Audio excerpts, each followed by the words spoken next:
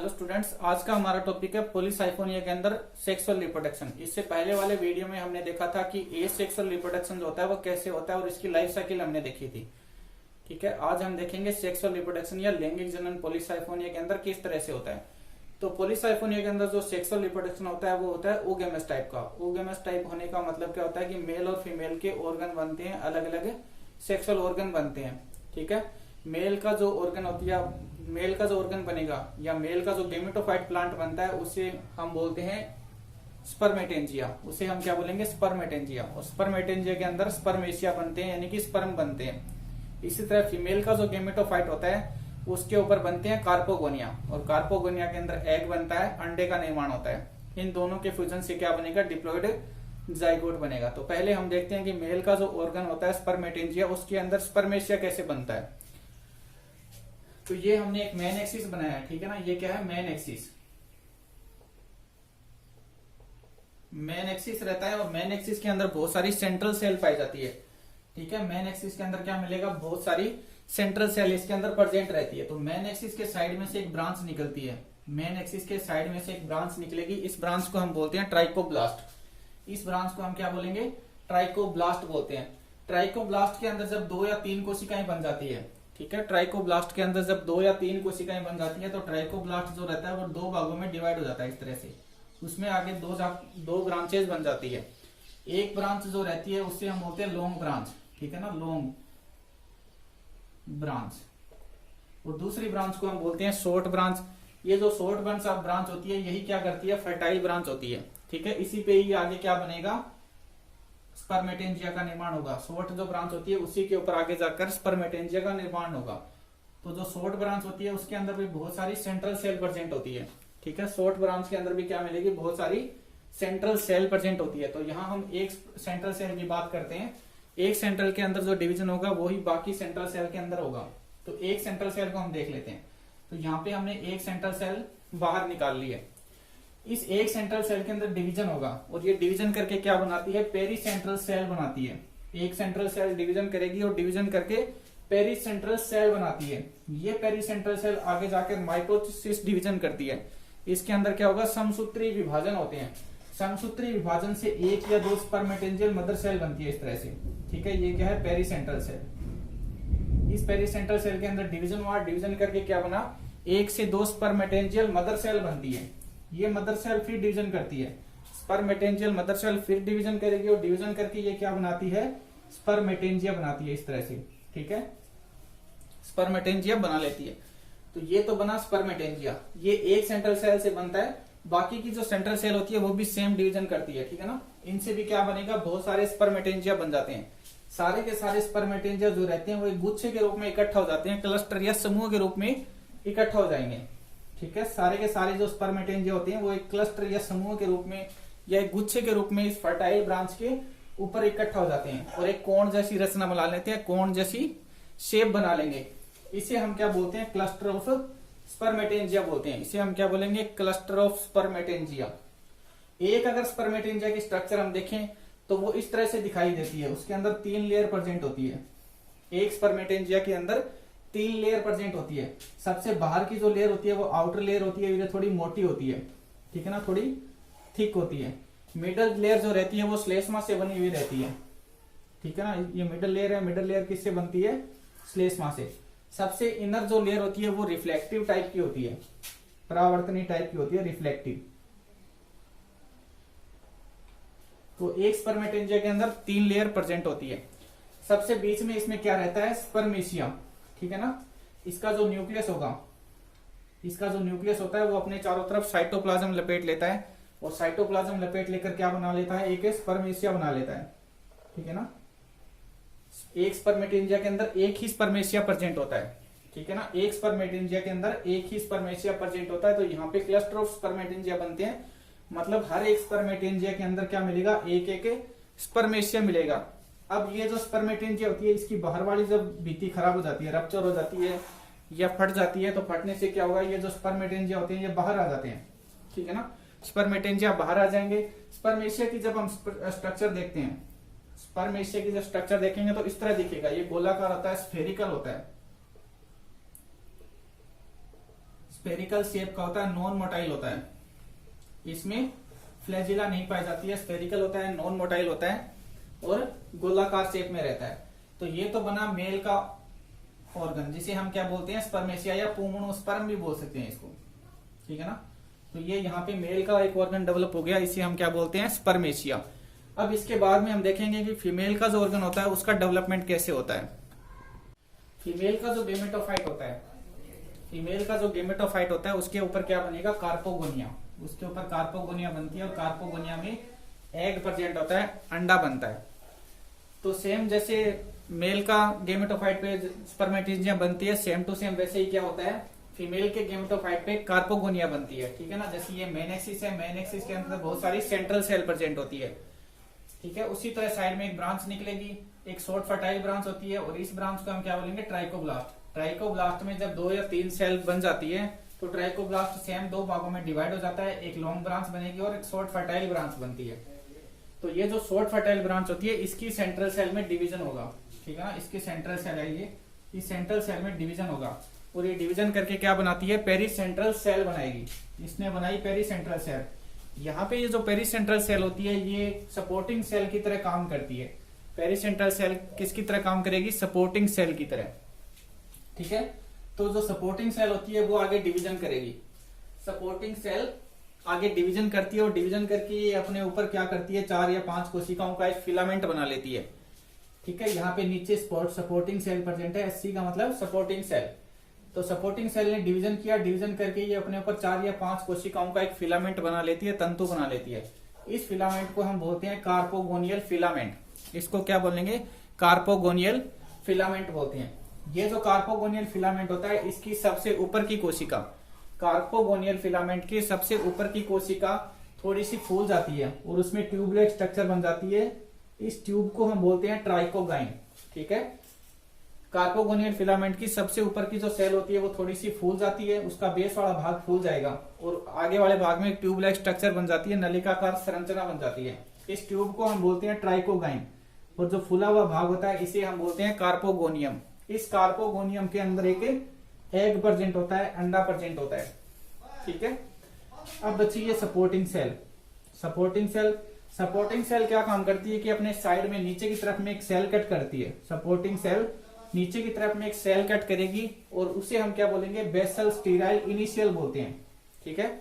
उसे हम क्या बोलेंगे, बेसल स्टीराइल इनिशियल बोलते हैं। इसी तरह सपोर्टिंग सेल अपने साइड में लेटरल साइड में एक सेल कट करेगी, ठीक है ना। सपोर्टिंग सेल अपने साइड वाले भाग में लेटरल साइड में एक सेल कट करती है, उस सेल को हम बोलेंगे लेटरल साइड इनिशियल, ठीक है ना, लेटरल स्टीराइल इनिशियल।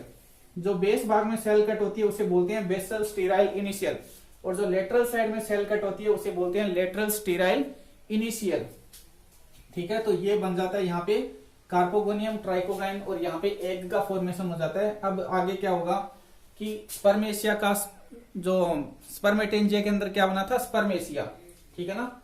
जो मेल का जो गेमेटोफाइट था उसमें स्पर्मेटेंजिया बना, स्पर्मेटेंजिया के अंदर स्पर्मेशिया बना। जो स्पर्मेशिया होता है वो यहाँ पर आकर चिपक जाएगा। तो आगे का जो प्रोसेस होगा वो क्या होगा, फर्टिलाइजेशन। तो आगे हम देखते हैं कि फर्टिलाइजेशन की प्रोसेस इसके अंदर कैसे होती है। या फर्टिलाइजेशन की जो प्रोसेस होती है वो इस तरह से होती है कि जो स्पर्मेशिया होते हैं वो स्पर्मेशिया पानी में तैरते हुए कहाँ आएंगे, इस ट्राइकोगाइन के ऊपर आकर चिपक जाते हैं, ठीक है। स्पर्मेशिया ट्राइकोगाइन के ऊपर आकर चिपक जाएंगे। जिस जगह पे ये ट्राइकोगाइन पे चिपक दे वहां पे ट्राइकोगाइन की जो भित्ति होती है वो भित्ति खराब हो जाती है, गल जाती है। भित्ति गलने से क्या होगा, ये जो स्पर्मेशिया होते हैं ये ट्राइकोगाइन के अंदर प्रवेश कर जाते हैं, ठीक है। जो स्पर्मेशिया होते हैं वो ट्राइकोगाइन के अंदर प्रवेश कर जाते हैं। अब ट्राइकोगाइन में से होते हुए ये कहाँ आते हैं, इस कार्पोगोनियम में आएंगे और कार्पोगोनियम के अंदर जो एग होता है एग के साथ में फ्यूज्ड हो जाते हैं, ठीक है। एग के साथ में क्या करेंगे, फ्यूजन करेंगे और फ्यूजन करके दोनों का जो न्यूक्लियस होता है न्यूक्लियस में फ्यूजन होगा, फ्यूजन से क्या बनेगा, जाइगोट बन जाता है, ठीक है। स्पर्मेशिया और एग के अंदर दोनों न्यूक्लियस आपस में फ्यूज हो जाते हैं और फ्यूज होकर क्या बनाएंगे, डिप्लॉइड जाइगोट बनाते हैं, युग्मक बनाते हैं। ये जो जाइगोट बनता है ये होता है डिप्लॉइड, ठीक है। यहाँ पे जाइगोट बन जाता है। अब जाइगोट बनने के बाद में क्या होगा, फर्टिलाइजेशन की प्रोसेस जैसे यहाँ पे कंप्लीट हो जाती है, लेकिन फर्टिलाइजेशन होने के बाद में यहाँ पे थोड़े बहुत चेंजमेंट आते हैं, ठीक है ना। यहाँ पे आप आगे थोड़े बहुत चेंजमेंट आते हैं तो उन्हें हम क्या बोलेंगे, पोस्ट फर्टिलाइजेशन चेंजेस बोलते हैं, पोस्ट फर्टिलाइजेशन चेंजेस। ठीक है ना, निषेचन के बाद में जो परिवर्तन होते हैं वो परिवर्तन क्या कहलाते हैं, पोस्ट फर्टिलाइजेशन चेंजेस कहलाते हैं। तो एक एक करके हम देखते हैं कि कौन कौन से चेंजेस इसके अंदर होते हैं। अब देखते हैं इसमें पोस्ट फर्टिलाइजेशन चेंजेस। ठीक है, निषेचन के बाद में कौन कौन से परिवर्तन होते हैं। तो सबसे पहले क्या होगा, जो बीएसआई होता है यानी कि बेसल स्टीराइल इनिशियल होता है, वो डिवाइड होता है, वो 2 से 4 कोशिकाओं की का एक फिलामेंट बना लेता है। ठीक है, यहाँ पे क्या प्रेजेंट है, basal sterile initial. Supporting cell ने नीचे की तरफ में जो सेल कट की थी उसका नाम क्या था, बीएसआई, बेसल स्टीराइल इनिशियल। ये बेसल स्टीराइल इनिशियल डिवाइडेशन करता है, विभाजन करेगा, विभाजन करके क्या बना लेता है, बेसल स्टीराइल फिलामेंट। ठीक है, 2 से 4 कोशिकाओं का क्या बना लेगा, बेसल स्टीराइल फिलामेंट बना लेता है। इसी तरह जो एलएसआई था यानी कि लेटरल स्टीराइल इनिशियल था, सपोर्टिंग सेल ने साइड में एक सेल कट की थी जिसका नाम क्या था, lateral sterile initial. Lateral sterile initial division करेगा, विभाजन करेगा और 4 से 10 कोशिकाओं का फिलामेंट बना लेता है इधर में। ठीक है, 4 से 10 कोशिकाओं का एक फिलामेंट बना लेता है, उससे हम क्या बोलते हैं, लेटरल स्टीराइल फिलामेंट बोलेंगे। तीसरा इसमें क्या होता है, supporting cell. Supporting cell divide हो जाती है और डिवाइड करके अपने ऊपर क्या बना लेती है, एक ऑक्सिलरी सेल बना लेती है। सपोर्टिंग सेल डिवाइडेशन करेगी, डिवाइडेशन करके अपने ऊपर की तरफ में क्या बना लेती है, ऑक्सिलरी सेल या एसी का निर्माण कर लेती है। एक ट्यूबुलर कनेक्शन बन जाता है कार्पोगोनियम और जो एक्सिलरी सेल होती है उसके बीच में। ठीक है ना, इस तरह से एक ट्यूबुलर स्ट्रक्चर बन जाती है, ट्यूबुलर कनेक्शन बोलते हैं इसको। कार्पोगोनियम के बीच में और एक्सिलरी सेल के बीच में एक ट्यूबुलर स्ट्रक्चर बन जाती है या ट्यूबुलर कनेक्शन बन जाता है। ये कनेक्शन क्या काम आता है कि जाइगोट के अंदर डिप्लॉइड न्यूक्लियस होते हैं, जाइगोट का न्यूक्लियस डिवाइडेशन करता है, विभाजन करेगा, विभाजन करके 2 न्यूक्लियाई बनाता है। एक न्यूक्लियाई तो यहीं पे इसके अंदर कार्पोगोनियम में रह जाता है और दूसरा न्यूक्लियाई जो है वो एससी के अंदर आ जाता है। ठीक है, ऑक्सिलरी सेल के अंदर आ जाएगा। तो ये जो ट्यूबुलर कनेक्शन होता है ये इसी काम में आता है कि जब जाइगोट का न्यूक्लियस डिवीजन करेगा तो 2 न्यूक्लियाई बनाएगा और 2 न्यूक्लियाई में से एक न्यूक्लियाई ऑक्सिलरी सेल के अंदर आ जाएगा और एक न्यूक्लियाई कार्पोगोनियम के अंदर ही रह जाता है। ठीक है ना, जैसे यहाँ पे लिखा हुआ है कि जाइगोट का जो न्यूक्लियस होता है वो डिवीजन करेगा, डिवीजन करके 2 न्यूक्लियाई बनाएगा। 2 में से एक जो न्यूक्लियाई होता है वो कहाँ चला जाएगा, कार्पोगोनियम के अंदर रह जाता है और दूसरा जो न्यूक्लियस होता है वो ऑक्सिलरी सेल के अंदर पहुंच जाएगा इस ट्यूबुलर कनेक्शन से होता हुआ। इसके बाद में क्या होगा, ट्राइकोगाइन जो रहता है वो झड़ जाता है। ये जो ट्राइकोगाइन है ये पूरा समाप्त हो जाता है, ये झड़ जाएगा, ट्राइकोगाइन खराब हो जाता है, झड़ जाता है। Carpogonium, auxiliary cell, basal sterile filament, lateral sterile filament, supporting cell, ये सारी की सारी सेल जो रहती है वो आपस में फ्यूज हो जाती है और फ्यूज होकर एक सेल का निर्माण करेगी। ठीक है, सभी सेल्स आपस में फ्यूज हो जाएंगी और फ्यूज होकर क्या करेगी, एक सेल का निर्माण करेगी और इस एक सेल को हम बोलेंगे प्लेसेंटल सेल। ठीक है, उस एक सेल को हम क्या बोलेंगे, प्लेसेंटल सेल बोलते हैं। ये इरेगुलर होती है, अनियमित आकार की होती है। उसके अलावा देखो यहाँ पे जो पेरीसेंट्रल सेल प्रेजेंट होती है, जो दूसरी पेरीसेंट्रल सेल्स होती है वो क्या काम करेगी, वो इस स्ट्रक्चर के बाहर आउटर कवरिंग बनाने का काम करती है। ठीक है ना, एक कप जैसी आकृति बना देती है। साइड में जो पेरीसेंट्रल सेल्स होती हैं वो क्या काम करेगी कि यहाँ पे एक आउटर कवरिंग बना देती है। इस आउटर कवरिंग की शेप कैसी होती है, कप के आकार की होती है, कप नुमा होती है, कप शेप होता है ये। इसे हम क्या बोलेंगे, पेरिकार्प। इसे क्या बोलेंगे, पेरिकार्प बोलते हैं। अब इसके बाद में भी इसमें थोड़े बहुत और चेंजेस हो जाते हैं तो वो हम आगे देखते हैं। ठीक है ना, अब क्या होगा, प्लेसेंट्रल सेल बनी, प्लेसेंट्रल सेल के अंदर भी आगे थोड़े बहुत चेंजमेंट होते हैं तो वो कैसे होते हैं वो आगे हम देख लेते हैं। अभी यहाँ पे क्या होगा, सारी की सारी जो सेल्स थी, ठीक है ना, सपोर्टिंग सेल है, बीएसएफ है, एलएसएफ है, ये और ऑक्सिलरी सेल है, ये सारी की सारी सेल्स और ये कार्पोगोनिया, ये सब आपस में फ्यूज हो जाते हैं। फ्यूज होकर क्या करेंगे, एक सेल बना देते हैं जिसे क्या बोलते हैं, प्लेसेंटल सेल बोलते हैं। उस सेल को क्या बोलेंगे, प्लेसेंटल सेल बनती है इरेगुलर शेप में, अनियमित आकार की प्लेसेंटल सेल बनती है। इसके अंदर डिप्लॉइड न्यूक्लियस प्रेजेंट होता है। प्लेसेंटल सेल के अंदर डिप्लॉइड न्यूक्लियस होता है और वो डिप्लॉइड न्यूक्लियस क्या करता है, डिवीजन करेगा और बहुत सारे छोटे छोटे न्यूक्लियाई बना देता है। ठीक है, इसका जो डिप्लॉइड न्यूक्लियस था उसने डिवीजन किया, डिवीजन करके उसने बहुत सारे न्यूक्लियाई बना दिए, छोटे छोटे न्यूक्लियाई बना दिए। अब जो प्लेसेंटल सेल होती है उसमें फिंगर लाइक एक्सटेंशन बन जाते हैं। अंगुली नुमा उभार बन जाते हैं और प्रत्येक एक्सटेंशन के अंदर एक एक न्यूक्लियस चला जाता है। प्रत्येक उभार के अंदर क्या चला जाएगा, एक एक न्यूक्लियस चला जाएगा। ये जो उंगली नुमा उभार होते हैं इन्हें हम बोलते हैं गोनिमोब्लास्ट। ठीक है, इन उभारों को हम क्या बोलेंगे, गोनिमोब्लास्ट बोलते हैं। अब ये जो गोनिमोब्लास्ट होते हैं ये आगे डिवीजन करते हैं। ठीक है ना, गोमिनोब्लास्ट जो गोनिमोब्लास्ट बने ये गोनिमोब्लास्ट आगे डिवीजन करेंगे और डिवीजन करके क्या बना देते हैं, फिलामेंट लाइक स्ट्रक्चर बना देते हैं जिसे गोनिमोब्लास्ट फिलामेंट बोलते हैं। ठीक है, गोनिमोब्लास्ट जो है वो डिवीजन करेगा, डिवीजन करके क्या बना देगा, फिलामेंट लाइक स्ट्रक्चर बना देगा जिसके अंदर बहुत सारी कोशिकाएं होती है। इस फिलामेंट के अंदर क्या मिलेगा, बहुत सारी सेल्स इसके अंदर प्रेजेंट होती है। इस फिलामेंट को हम क्या बोलेंगे, गोनिमोब्लास्ट फिलामेंट बोलते हैं।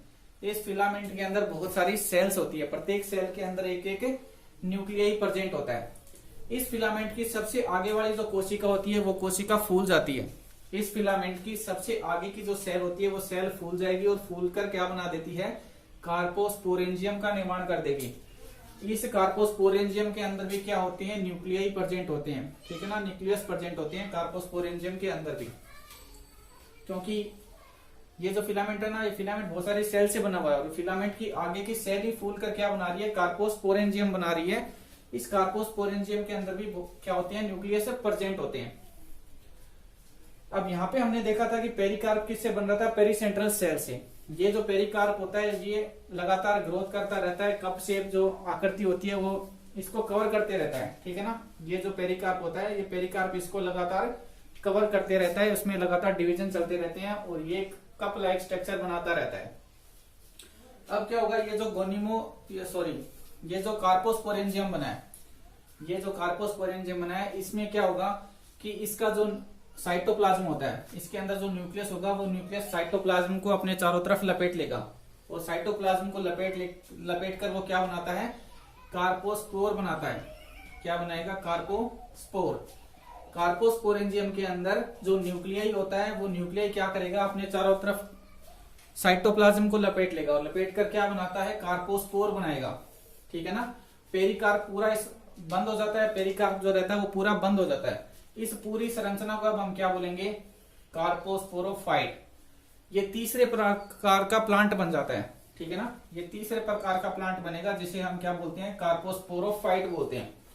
जब पेरिकार्प पूरा बंद हो जाता है तो उसके आगे के भाग में एक छिद्रनुमा संरचना होती है जिसे बोलते हैं ओस्टियोल। इस छिद्रनुमा संरचना को हम क्या बोलेंगे, ओस्टियोल बोलते हैं। ओस्टियोल में से क्या होगा कि इस छिद्र में से ये जो कार्पोस्पोर होते हैं ये बाहर आ जाते हैं। ठीक है ना, इस छिद्र में से कार्पोस्पोर जो रहते हैं वो बाहर आ जाएंगे। बाहर आकर ये डिवीजन करेंगे और डिवीजन करके क्या बनाते हैं, टेट्रास्पोर।